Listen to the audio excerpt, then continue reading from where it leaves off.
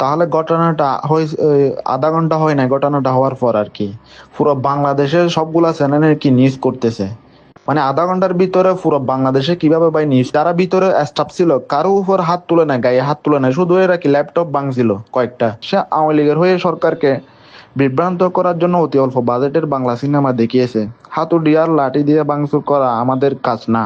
ভাই বেশ কিছুদিন ধরে তো আপনারা নিজেরাও অবগত আমার নিয়ে এরকম, এর আগেও আরো 4-5 বার ধর কি পুরো বাংলাদেশ তুলফাট চলছিল, মানে নিয়ে এসেছে, মানে চট্টগ্রাম শহরে কোনো একটা কিছু করলে আমি করলেও না করলেও কি আমার নাম আসে, এটা আমি করছি, এটা আমার ফুলাফাইনে করছে, হ্যাঁ।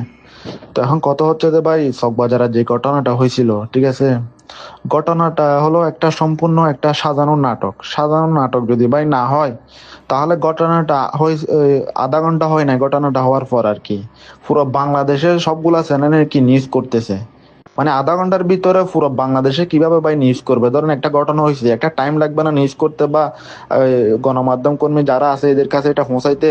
কিন্তু এটা পৌঁছায় না, এটা আগে থেকে সবকিছু কি সেট আপ করে লাগছে কি এরকম একটা নাটক সাজাবে এরা, কি তারপর পুরো বাংলাদেশে কি নিউজ করবে। ভাই নাটক যদি না হয়, আপনারা একটা বিষয় খেয়াল করলে দেখবেন, এখানে যারা ফুলাফাইনে ভাঙচুর করছিল কে বা কারা, হ্যাঁ, আপনি দেখেন এরা এখানে যারা ভিতরে স্টাফ ছিল কারো উপর হাত তুলে নাই, গায়ে হাত তুলে নাই, শুধু এরা কি ল্যাপটপ ভাঙছিল কয়েকটা।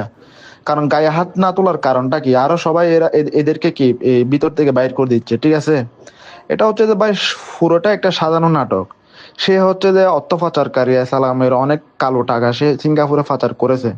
আওয়ামী লীগের নেতা মহিনুদ্দিন বাচ্চুর ব্যবসায়ী পার্টনার, গত 17-18 বছর ধরে সে কাউকে শান্তিতে ব্যবসা করতে দেয়নি।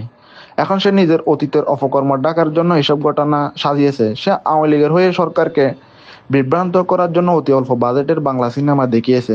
হাতুড়ি আর লাঠি দিয়ে ভাঙচুর করা আমাদের কাজ না, তা আপনারা জানেন। সে একজন আইডি ব্যবসায়ী, সে ভালোভাবে অবগত কিভাবে মানুষের আওয়াজকে এআই দিয়ে পরিবর্তন করা যায়।